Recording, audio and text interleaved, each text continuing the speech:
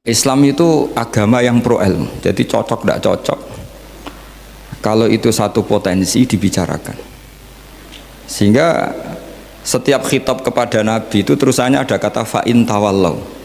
Muhammad, kamu harus menerangkan Islam itu begini-begini. Tapi kalau mereka menolak ajaran kamu, jadi potensi nerima ya dibicarakan, potensi menolak ya dibicarakan.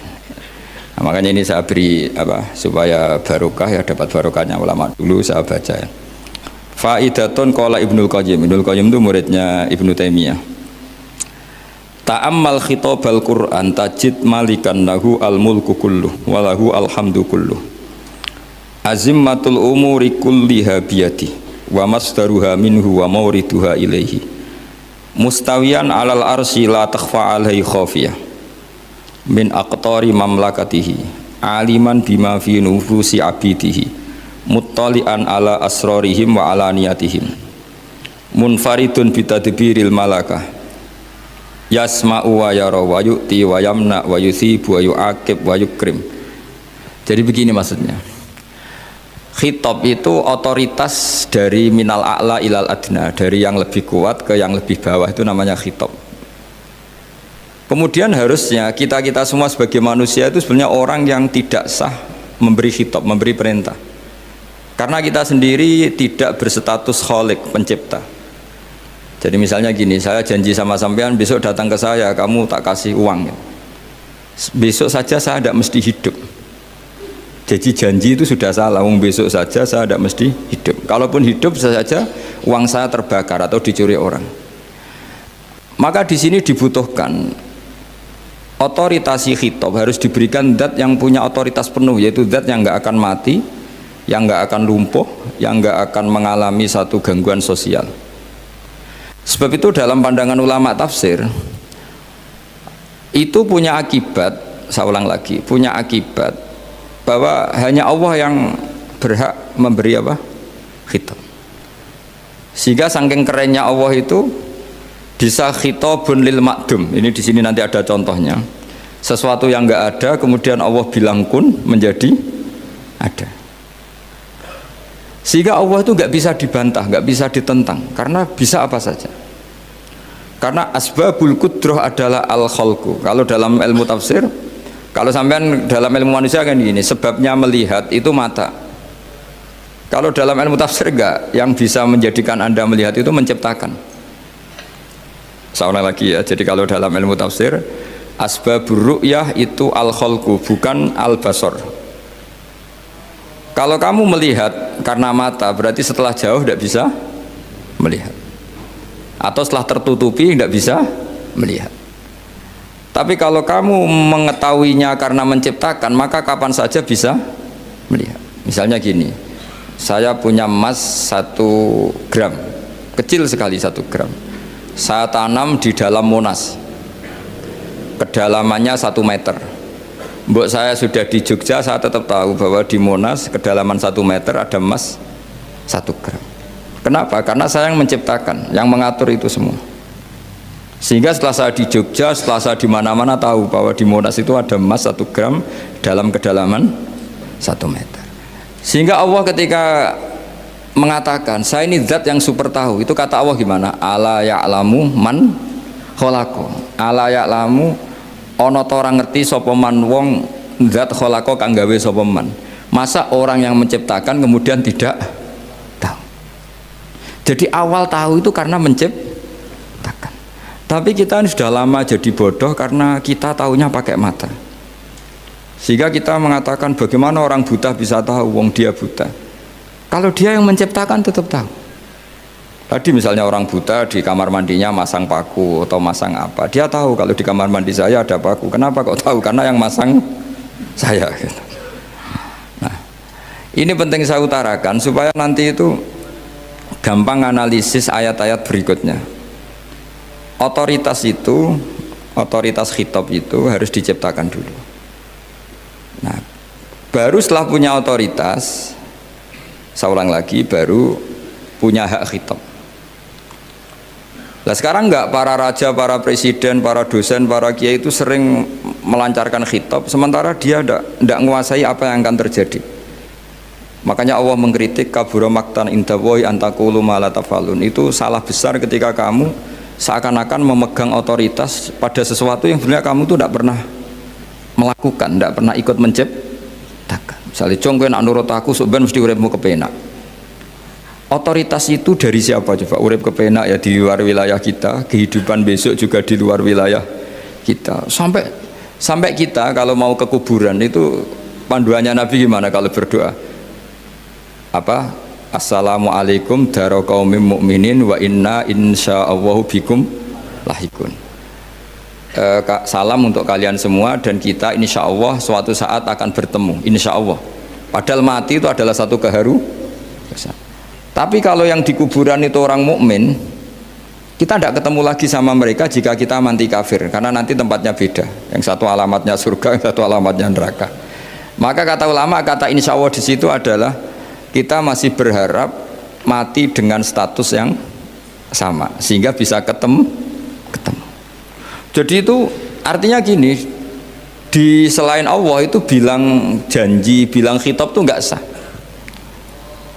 Dulu kan Nabi Muhammad SAW itu saking yakinnya setiap problem itu ada malaikat Jibril datang, saking yakinnya. Suatu saat ada orang Yahudi tanya, Muhammad kalau kamu Nabi betul, beritahu kami tentang Dzulqarnain, beritahu kami tentang Ruh, beritahu kami tentang Luqman Al-Hakim. Nabi karena reputasi hariannya dipandu Jibril bilang, ya sudah besok datang lagi ke sini tak jawab. Ternyata Jibril nggak datang, padahal semua ditunggu lama nggak datang sampai utusan. Padahal yang tanya orang Yahudi yang sukanya bully Nabi, lama nggak datang. Lama-lama protes, Jibril ini gimana, saya dalam keadaan tertekan malah tidak datang. Datang Jibril dengan tanda kutip nyalahkan, yaitu ada ayat wala taqulanna li syai'in inni fa'ilun dzalika ghadan illa ayyasha. Jangan katakan besok bisa melakukan sesuatu tanpa mensandarkan itu semua kepada kekuasaannya Allah Subhanahu wa taala. Akhirnya semenjak itu Nabi mensyariatkan kalau kamu janji harus mengatakan insya Allah.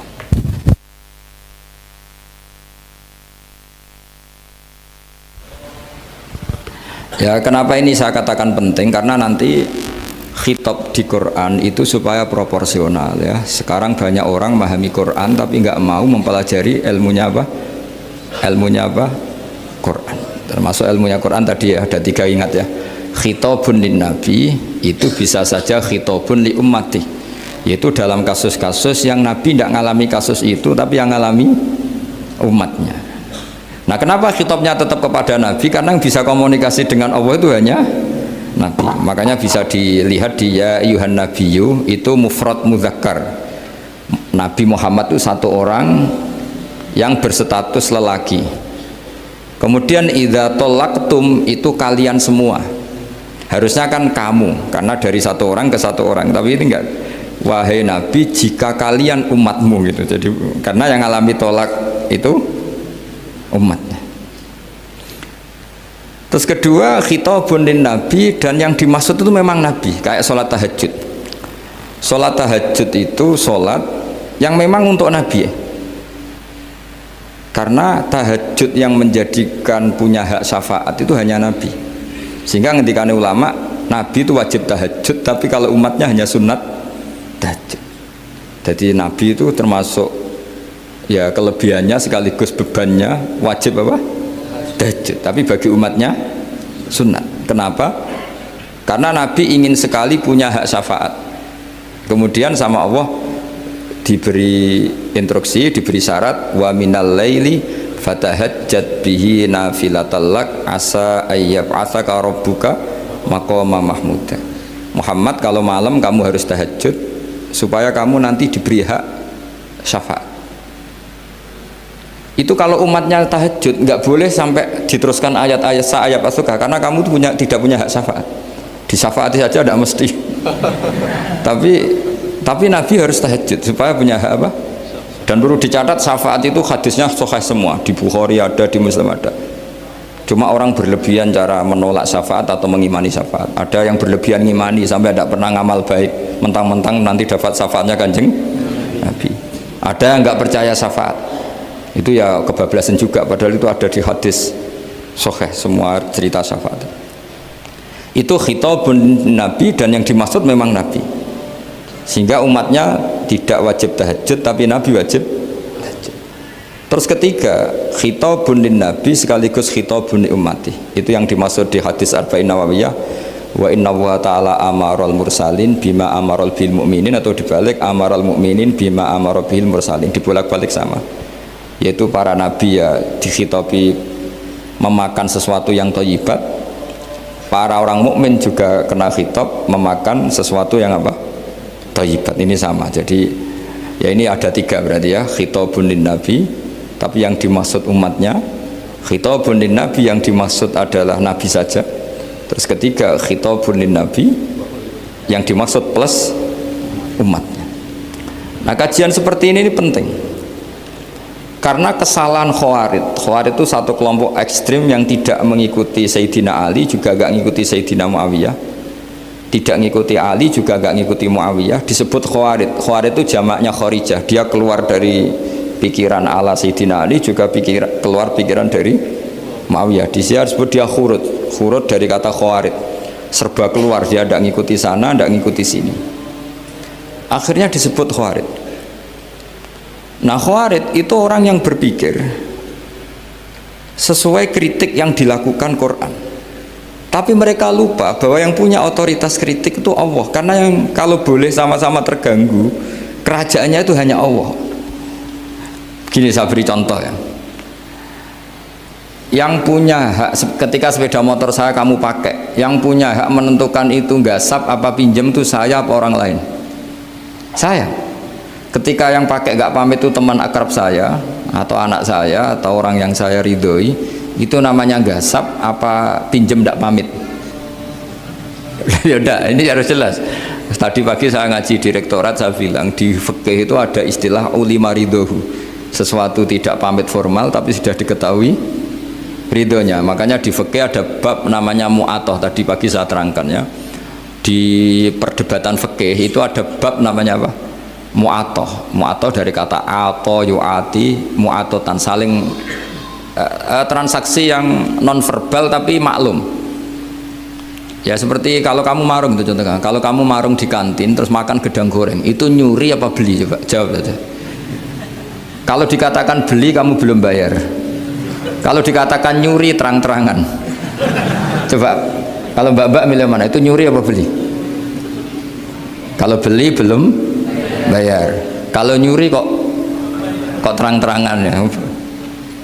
Nggak nyuri apa beli?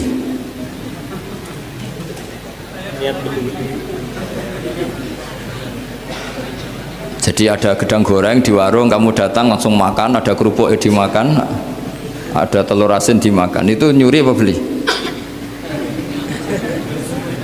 Nah, itu kalau orang fikih dibabkan kitabul bai'il mu'atoh, akad beli lewat jalur mu'atoh.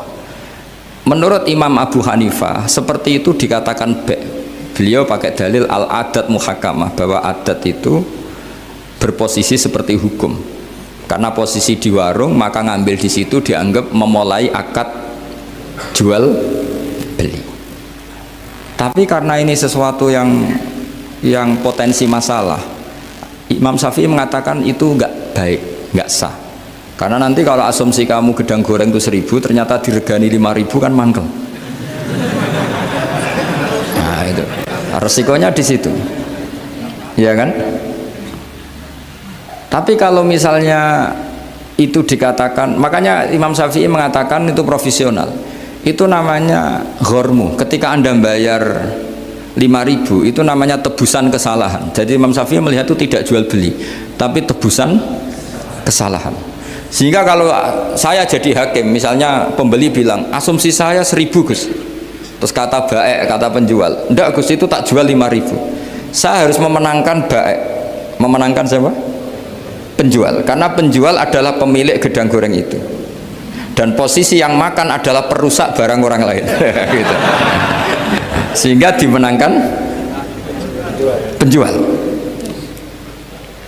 ya dimenangkan penjual. Kenapa dimenangkan? Karena cara berpikir fikih, karena dia yang punya otoritas itu, punya otoritas kepemilikan. Itu dalam fikih madzhab apa? Syafi'i. Nah, itu penting dalam analogi surga dan neraka. Orang Khawarij itu kalau ada orang dosa, itu dikatakan sudah tidak Islam lagi, dia sudah keluar dari Islam. Orang dosa itu wajib disiksa oleh Allah. Mereka bilangnya ya wajib. Dalam kelompok Islam itu ada kelompok namanya Khawarij, orang yang sangat ekstrim dalam berpikir. Dia mengkafirkan orang yang melakukan dosa apa? Besar, dihukumi kafir. Tapi pendapat ahli sunnah enggak, orang dosa besar ya dosa saja, tapi tidak usah dihukumi kafir. Kenapa? Cara berpikir ahli sunnah, surga neraka itu milik Allah. Kalau yang punya saja tidak apa-apa, ngapain ada yang ribet? Yang punya surga neraka itu Tuhan, dan Tuhan memanggil-manggil orang yang salah itu disuruh tobat, anibu ila rabbikum, wahai hambaku yang berlebihan, yang masih dosa, ayo kembali ke saya. Kapan saja kembali ke saya tak terima. Sehingga dalam madzhab ahli sunnah, otoritas khitab, otoritas kepemilikan yang berhak ya yang punya, orang lain itu nomor 2. Sehingga tadi kalau Anda bawa kayak motor saya dan Anda teman akrab saya, tidak pamit saya, kalau saya bilang itu nggak apa-apa ya nggak apa-apa, kalau saya bilang apa-apa ya apa, nggak penting orang lain. Sehingga ini wilayah yang agak sensitif, tapi ini ilmu, mau tidak mau kita harus dengar. Sehingga di fikih ada bab ulima ridhohu. Misalnya ada orang makan gedang goreng di warung terus ditangkap Pak polisi, wah ini pencurian, mesti bakulnya nggak terima, enggak pencurian, memang tak jual.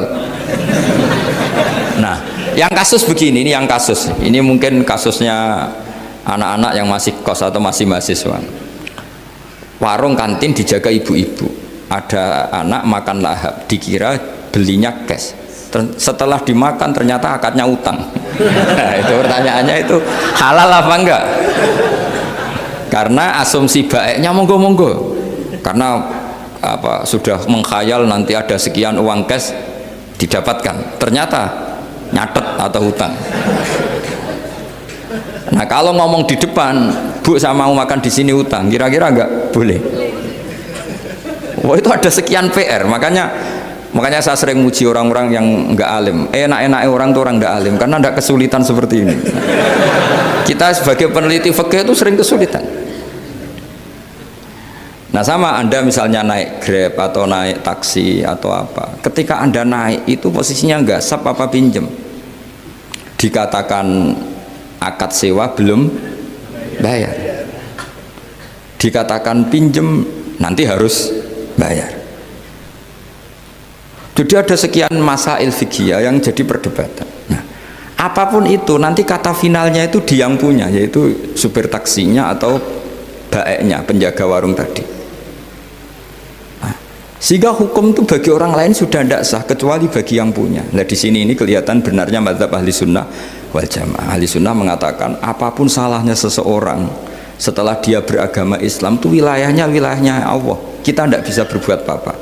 Makanya ada ayat laisa laka minal amri syai'un aw yatuba alaihim aw yu'adzibah. Muhammad, meskipun kamu kekasih saya, kamu tidak punya otoritas menentukan si A dimaafkan, si A disiksa. Otoritas itu hanya bagi saya, kata Allah. Sehingga banyak orang yang Nabi kurang srek karena membunuh pamannya Hamzah malah dikasih tobat sama Allah, namanya Wahsy.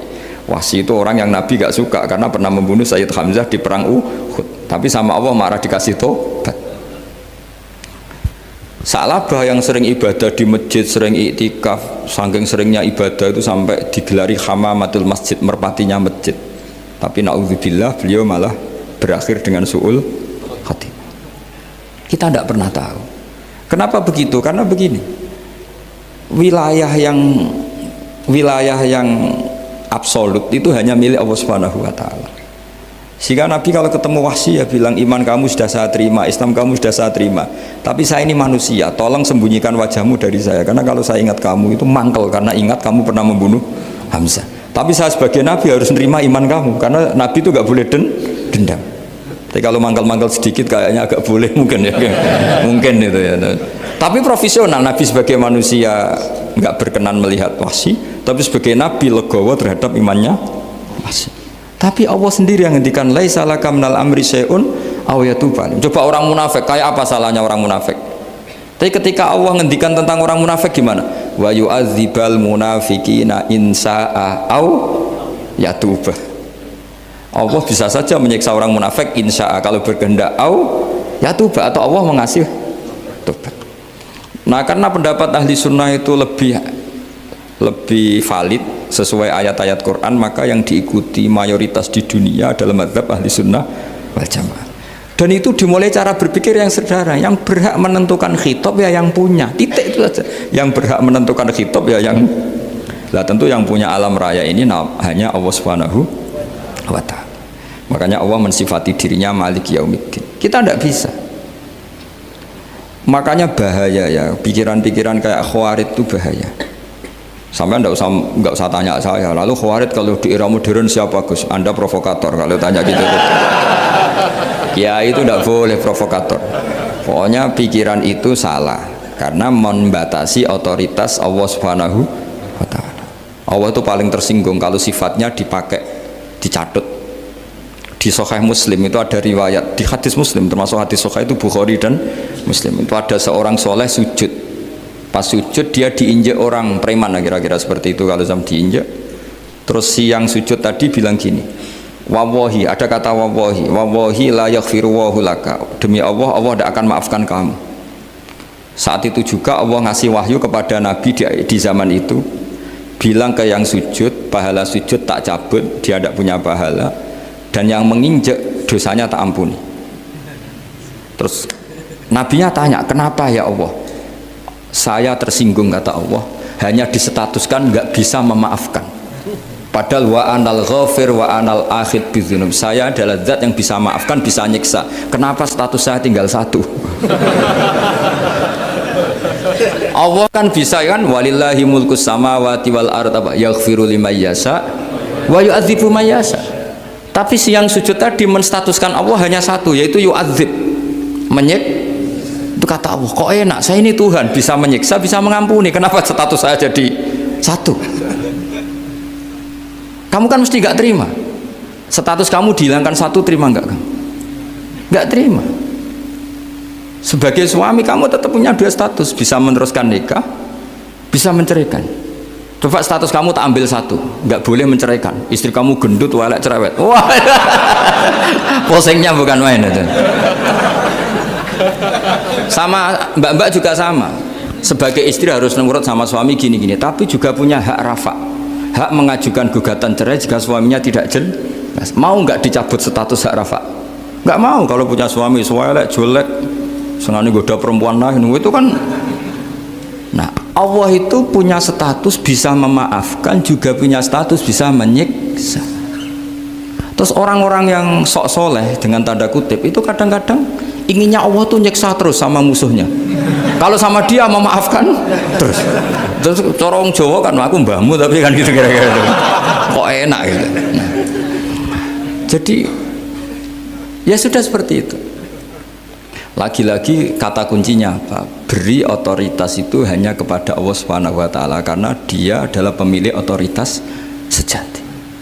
Sehingga zaman Nabi siapa saja itu ya mungkin orang kayak apa dulu, Khalid bin Walid, perang Uhud kalah, itu panglimanya orang kafir zaman itu siapa? Khalid bin Walid. Dan dia melakukan pembunuhan masif zaman itu, tapi dia dikasih tobat, namanya Khalid bin Walid. Tapi Sa'labah yang tukang di masjid kadang berakhir seperti itu. Ya sudah, akhirnya kita mau tidak mau ya sudah introspeksi. Sampai sesoleh apapun kita selalu diajarkan doa, ya muqallibal qulub tsabbit qalbi ala dini. Karena kayak apa kalau hati kita dibolak-balik? Karena cara berpikir tentang Islam dan tentang ateis atau tentang kekafiran itu mirip satu visi. Makanya hati-hati mahasiswa, karena senangnya berpikir sendiri. Ada ngelantur kemana-mana. Saya beri contoh. Sampai kalau sekarang masih miskin, berbahagialah. Karena miskin itu mudah jadi orang dermawan. Kalau orang sudah kaya itu ribet. Coba misalnya sampean jadi santri saya, tak contohkan. Biasanya santri kalau sama kiainya akan loyal. Kamu miskin punya ayam 2, tak minta 1 boleh enggak? Boleh, padahal itu 50%. Ya. Terus punya uang 100.000, tak minta 50.000, kira-kira boleh enggak? Boleh, padahal itu 50%. Tapi kalau kamu kaya, punya uang 1 miliar, tak minta 500 juta, boleh enggak kira-kira? Padahal itu berapa? 50%. Gampang mana dermanya orang kaya sama orang miskin untuk mengamal 50. Itu mahasiswa yang masih miskin-miskin, uangnya hanya 100.000, nraktir temannya habis nggak masalah, padahal itu berarti 100%. Uangnya 50.000 diminta temannya dikasihkan semua, padahal itu aset satu-satunya. Nah, Sa'labah itu cara berpikir gitu sehingga Allah tersinggung. Saya beri contoh ya, Sa'labah itu singkat cerita kan kalau habis jamaah salam langsung lari pulang. Terus ditanya sama Nabi, kenapa kamu kesusu pulang gitu? Istri saya di rumah masih belum pakai baju karena gantian sama saya. Saking miskinnya tuh baju itu gantian. Sama nggak usah bayangkan lalu di rumah telanjang kayak apa, berarti kamu porno. Kamu porno berarti tidak boleh. Pokoknya ceritanya seperti itu, tidak usah lari, gantian pakai itu. Singkat cerita, ya Rasulullah, buat saya ini didoakan kaya. Sampai 3 kali Nabi bilang bisa saja miskin itu lebih baik bagi kamu. Lama-lama sampai memaksa Nabi, akhirnya Nabi berdoa. Terus beliau kaya. Dan Sa'labah agak salah, dia nggak minta paket kaya barokah, tapi mintanya kaya saja, diturutin kaya. Pertama punya kambing di pegunungan ya, kalau di Arab itu kan kambing diletakkan di Jabalen, Mabinal Jabalen, di antara 2 lembah itu 40 sampai 80 sampai 4.000. Singkat cerita ketika 40 Nabi sudah memerintahkan sahabat diminta zakat. Berarti kalau 40 itu 1, kalau 80 kira-kira 2. Ya sudah gitu. Sebetulnya ketika 40 kalong 1 terkurangi 1 zakat itu kan ringan karena masih 39. Ya kayak tadi kamu punya uang 1 juta, jangan 1 juta, 500.000 sudah agak berat kamu. Tidak, gini saja, tak beri contoh betapa mudahnya dermawan bagi orang miskin. 1 juta itu kan zakatnya berapa? 25.000 ya. Rubul usyur kalau dalam bahasa Arab itu berapa? Kalau bahasa kampus kan berapa? 2%, 2,5 ya, 2,5. Itu bahasa keliru sebetulnya. Sama ikut saya saja. Saya itu berkali-kali saya pernah nggarap matematika, cepet-cepetan mbak pakar matematika itu mesti cepet saya. Karena saya ini agak bedui. Orang bedui itu cara berpikir itu lebih gampang. Jadi kalau orang Arab, tak ajarin matematika Arab ya, itu nggak ada porogapit. Jadi begini cara berpikir orang Arab itu berpikir bertahap. Ya kalau 2,5 itu kalau orang Arab bilang rubul usyur apa? Rubul usyur, 1/4 dari 1/10. Jadi kalau orang Arab berpikir bertahap. Jadi misalnya 1 juta, 1/10-nya berapa? 100.000. Terus 1/4-nya berapa? 25.000. Jadi disebut rubul usyur, 1/4 dari 1/10. Jadi 1 miliar, cari 1/10-nya dulu 100 juta. Terus 1/4-nya, sehingga nggak usah porogapit ruwet. Jadi orang Arab kalau bilang 1/10 sama 1/20 itu tidak bisa, karena nanti dadak porogapit. Orang Arab bilang al usyur atau nisful usyur. Misalnya zakatnya apa itu zuru, berarti 100, 1/10-nya berapa? 10. Terus orang Arab kalau misalnya pertanian kamu biayai zakatnya 1/20, orang Arab bilang bukan 1/20, nisful usyur. Berarti berapa? 100, usurnya 10, separuhnya 1/10, berarti 5. Lah 5 ini bahasa kamu apa? 1/20. Ya, bahasa orang kampus 5 kan 1/20. Kalau 10 1/10. Kalau orang Arab bilang apa? Usyur atau nisful. Kan gampang gitu. Ya saya ulang lagi ya, berarti kalau 1/10-nya 1 juta, usurnya berapa? 100. Nisful usur 50. Ya, gampang mana matematika Arab sama matematika ini sama? Daripada sama nggak porogaf betul pusing saya lihat itu. Ya sudah gitu aja, pokoknya diusurkan semua. Orang Arab kalau bilang tuh diusurkan semua, berarti 1 juta. Misalnya zakat mal kan 2,5, berarti 1 juta usur dulu, berarti 100.000. Lah zakatnya itu rubul usur, 1/4 dari 1/10. Ya di 1/10 dulu, berarti 100. Habis itu rubul usur, 1/4 dari 1/10, berarti jadi gampang saja, 1 juta tulis saja langsung 100.000 usur, terus 1/4-nya 25. Gampang mana? gampang lagi pakai kalkulator gitu. Nah sekarang begini, kira-kira kalau kamu punya uang 1 juta diminta zakat 25.000 enteng nggak? Enteng. Biasa kan kita punya uang 1 juta naktir teman sampai habis 100.000 200 enteng. Tapi kalau sudah 10 juta 10 juta berarti rubul usurnya berapa? 250. Kalau 1 miliar 25 juta. Wah itu sudah pikiran kamu kan bikin toko baru, bikin konter baru. Nah kalau 100 miliar berapa? 200. Nah sak labah ini ketika dimintai zakat ketika 40 enggak, masih kambing 40 enggak mau, 80 enggak mau, sampai hampir 4.000. Kalau 4.000 misalnya digawe rata-rata 51 aja, digawe bulat ya. Berapa sebenarnya? Per 1.000 kan 20 ya kan? Per 1.000 kambing kalau dipakai 50 saja per 1.000 kambing berapa? 20 kan? 20 kalau 4.000 80 kira-kira itu misalnya dipakai 50, apalagi itu 40 lebih banyak lagi. Akhirnya ngomentari sahabat yang disuruh Nabi ngambil zakat, wah ini tidak zakat, pemerasan, karena jumlahnya sudah signifikan. Maka kalau kamu ingin dermawan sekarang itu bisa dermawan 50%. Itu punya 2 ayam kurus lagi. Diminta masjid untuk syukuran, mas bawa aja. Punya kambing kurus 2. Kata kamu hanya itu, ada panitia masjid minta sumbangan, kasih aja 1, sudah ngamal 50%. Tapi kalau punya sapi limusin 2 yang per 1 harganya 70 juta, kalau diminta 1 kan nilainya tetap 50%. Gampang mana orang miskin sama orang kaya ngamal? Orang miskin. Terus kedua hebatnya orang miskin itu kalau ngamal itu dramatis. Betul itu. Jadi makanya kenapa Nabi suka orang miskin. Loh, saya pernah ditanya, saya ini punya teman yang kaya raya, dia biasa ngamal 1 miliar 2 miliar. Dia nggak terima sama fatwa saya, Gus kenapa Anda masih muji orang miskin, ngamalnya tuh banyak. Saya sekali ngamal bisa 1 miliar, setengah miliar. Tapi kata saya, ngamal kamu itu tidak dramatis, nggak seru kata saya. Terus dia tanya, kok bisa Gus? Dia orang kaya, paling ngamal 1 miliar untuk bangun masjid, 1 miliar, setengah miliar bangun pondok, setengah miliar. Tapi kalau orang miskin, misalnya tukang beca, orang miskin kan pasti kawannya orang miskin. Kan nggak mungkin orang miskin utang Abu Rizal Bakri, utang Yusuf Kala, kan nggak mungkin. Kenal saja ndak. Orang miskin kan utangnya sesama orang miskin. Itu pasti itu kan hukum sosial itu.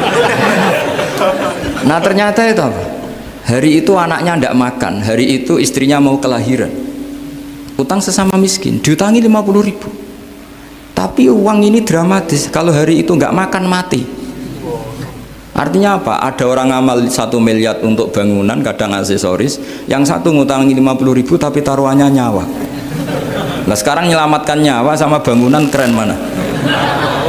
Maka berbahagialah orang miskin, karena komunitas mereka ini utang piutang urusan apa? Nyawa. Jadi ini lebih dramatis ya, lebih dramatis, lebih keren. Loh, makanya utang piutang orang miskin itu paling diabadikan Quran karena lebih keren, lebih keren. Karena nyawa apa? Loh saya ini kan termasuk kecil sudah kiai agak keren, sudah kiai agak mapan. Itu kalau orang-orang kaya nawarin saya paling Gus nggak ganti mobil, nggak ganti aksesoris mobil itu nggak keren. Al-Nadikan tetap ngamal pun nggak keren. Tapi kalau orang miskin, saya sering kan dengar cerita mereka orang itu ngeri. Kayak cerita yang diabadikan Quran itu, wa yu'thiruna ala anfusihim walau kana bihim khassasah. Itu Nabi ngumumkan saya punya tamu tapi hari ini saya tidak bisa hormat tamu. Ada sahabat yang usul, saya ya Rasulullah, perlu dicatat dulu di Arab tuh nggak ada warung, nggak ada GoFood, nggak bisa kamu pesen online terus, nih nanti delivery gitu nggak bisa. Nah terus akhirnya datang ke rumahnya, datang istri saya, ada makanan tidak ada hanya untuk jatahnya bayi. Terus ya sudah, bayinya kamu tidurkan supaya jatah itu dimakan tamunya Rasulullah. Tapi kan jatahnya orang satu, tamunya kan malu kalau nggak ada yang nemanin. Terus ya sudah, lampunya dimatiin, pura-pura kamu nemanin. Wos yang satu ya ada piring sama sendok pura-pura nemanin, yang satu makan betul. Itu diabadikan Quran. Karena apa? Dramatis gitu. Sehingga pagi-pagi dia datang ke Nabi, kamu punya amal apa? Sehingga tadi malam ada ayat wa yu'thiruna ala anfusihim wa law kana bihim khasasa. Mereka mengalahkan kepentingan dirinya sendiri meskipun punya kepentingan sendiri demi tamu tadi. Terus cerita dia, kita tamu tadi malam ya Rasulullah, yang saya sanggup menghormat, sebenarnya saya tidak punya apa-apa, hanya jatah bayi. Itu aja dramatis, bayinya ditidurin dulu, tapi tidak disuntik ganja, tidak ditidurin.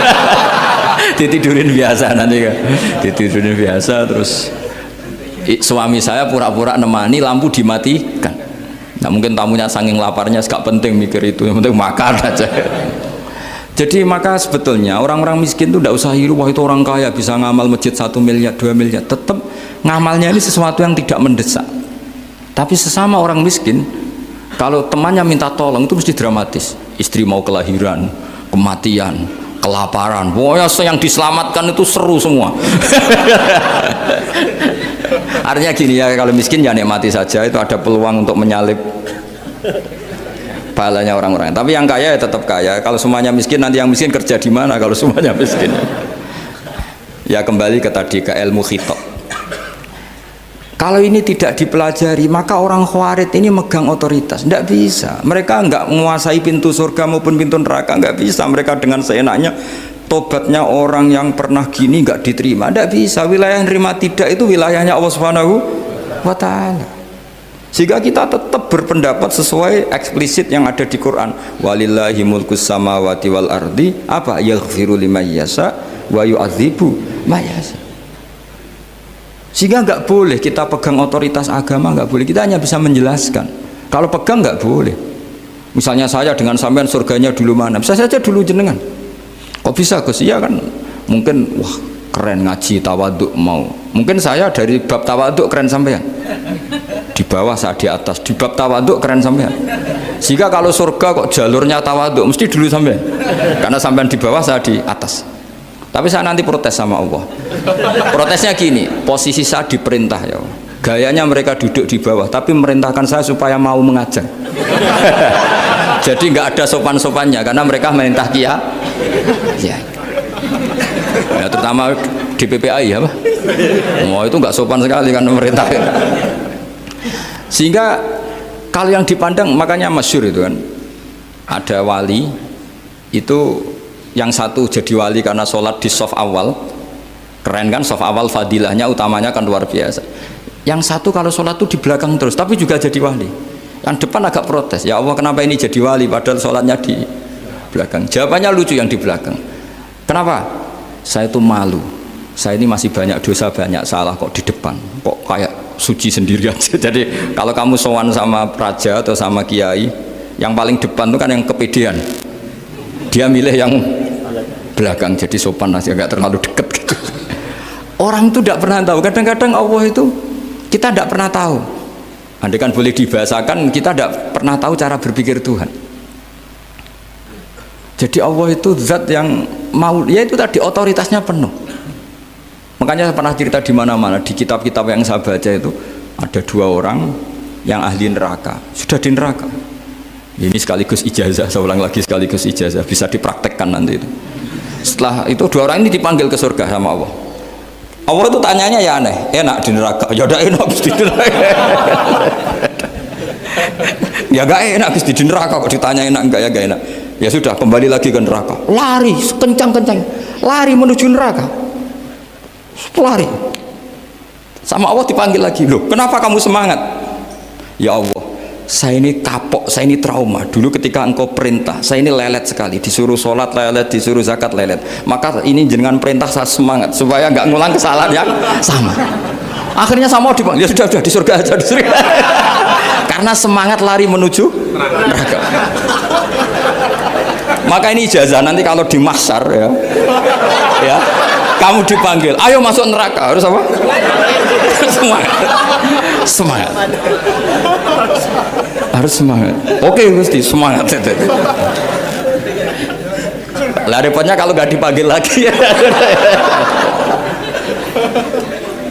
Akhirnya barokahnya semangat itu dia di surga. Kita tidak pernah tahu cara berpikir Tuhan, nanti kan boleh dibahasakan seperti itu. Yang satu, ayo kembali lagi ke neraka, tolah itu, jalan noleh lagi, sampai itu gak semangat noleh lagi. Terus ditanya sama, kenapa kamu tolah gitu?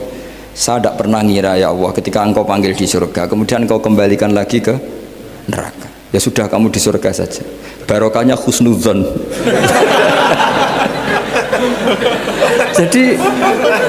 jadi Tuhan itu unik. Makanya dalam tradisi ulama itu ad-dinu ar-riwayah, agama itu riwayat.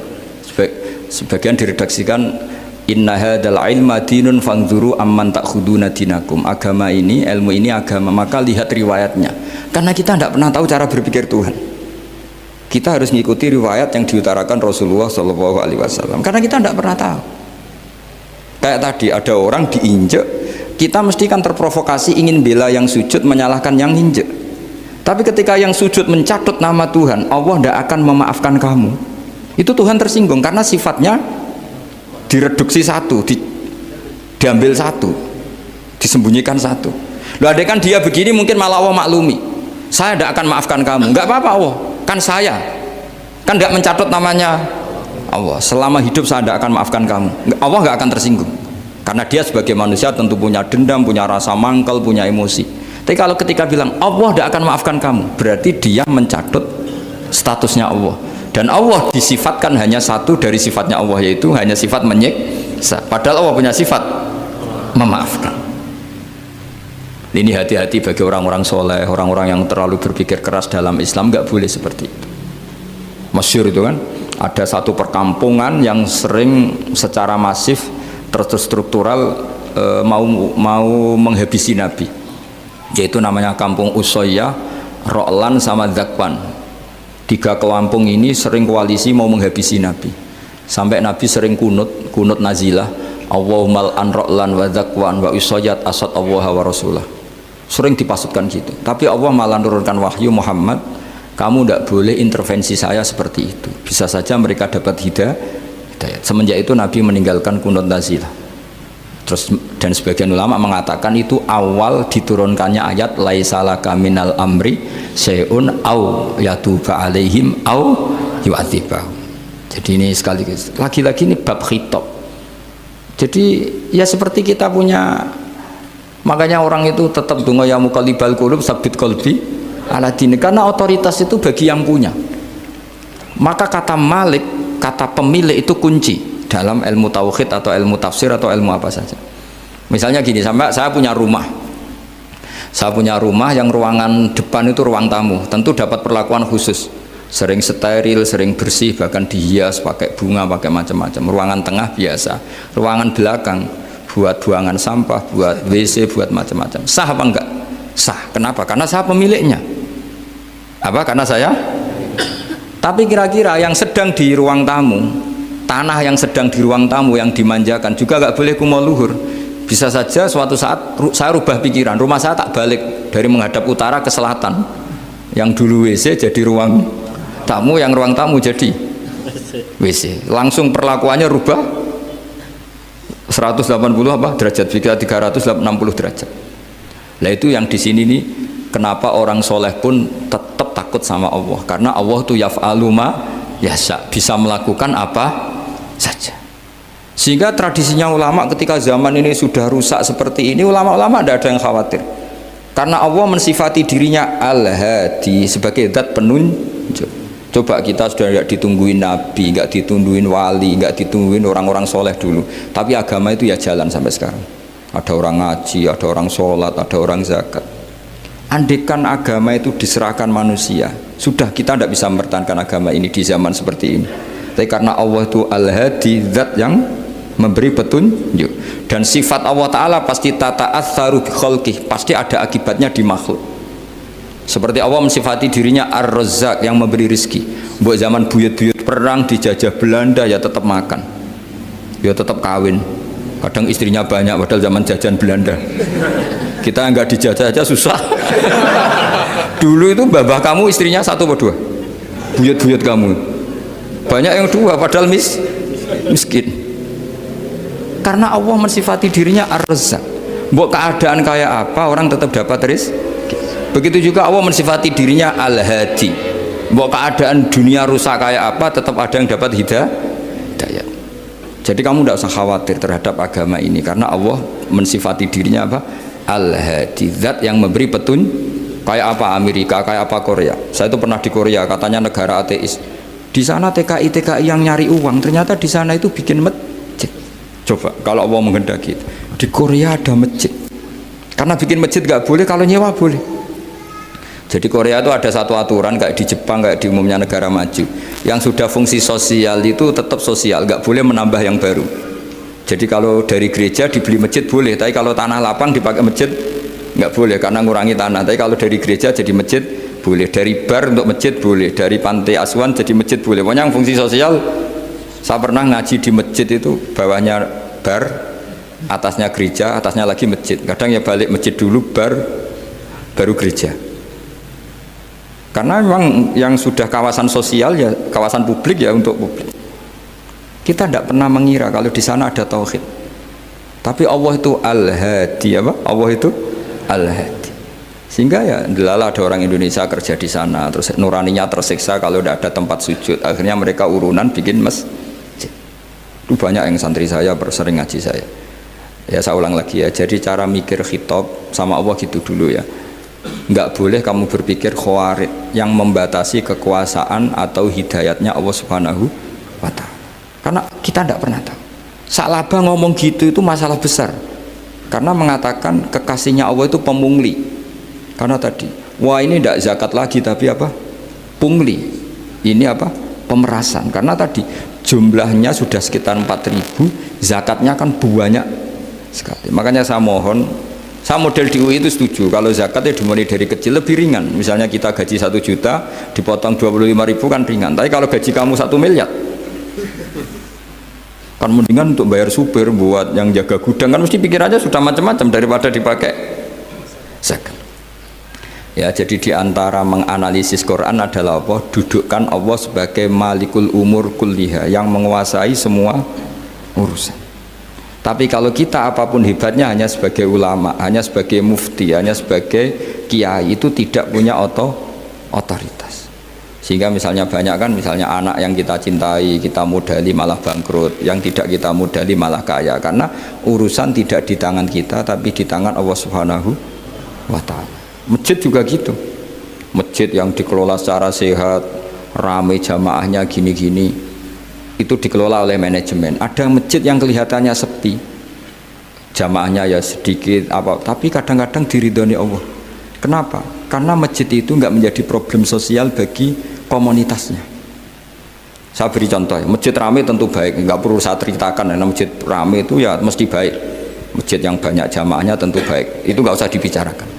Tapi ada beberapa masjid yang sepi, tapi Allah itu suka. Kenapa? Karena lembaga agama itu nggak boleh mengganggu sistem sosial. Jadi kita tidak pernah tahu cara berpikir Nabi. Yaitu banyak kan sahabat habis sholat duhur ba'diyah di masjid, qobliyah di masjid. Apa kata Nabi? La taj'alu buyutakum kuburan, cung nak apik aja mbok entek-entekno ning masjid. Omam ya bagai keapian. Rumah kamu jangan jadikan kuburan. Jadi sholat sunatnya di masjid, ba'diyahnya di masjid. Pulang-pulang tanya, "Mah, makannya di mana?" Terus marah-marah karena kurang disediakan makanan. Kan lucu kan? Di masjid qobliyah, ba'diyah, pulang-pulang tanya apa? Makanan. Tersinggung lagi kalau belum disediakan. Akhirnya apa? Anak-anak kita yang kecil kenangan melihat bapaknya itu apa? Bapak itu orang yang kalau dari masjid tanya makanan dan marah kalau tidak kesampaian. Coba kalau kamu datang dari masjid sholat, kenangan anak kamu apa? Bapak itu orang yang kalau datang dari pergi sholat.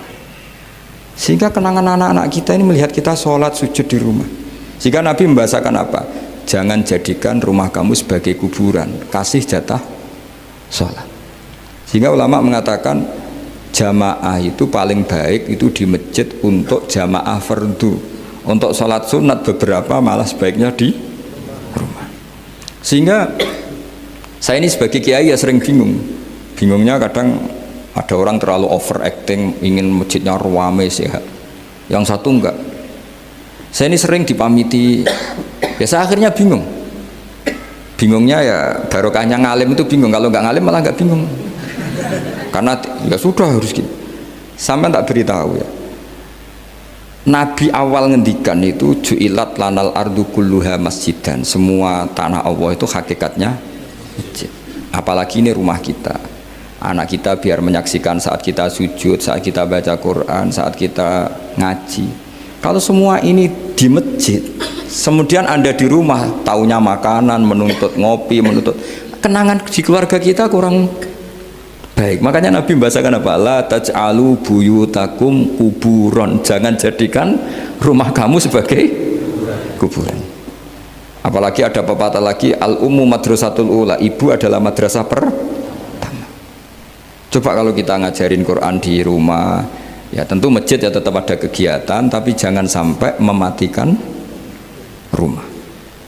Sehingga kita sebagai ulama itu ada masjid rame ya seneng, ada masjid setengah rame ya nggak apa-apa, asal efeknya menyebar ke masyarakat. Jadi ramenya masjid ya baik, tidak rame kalau yang rame ibadah di rumah-rumah juga baik.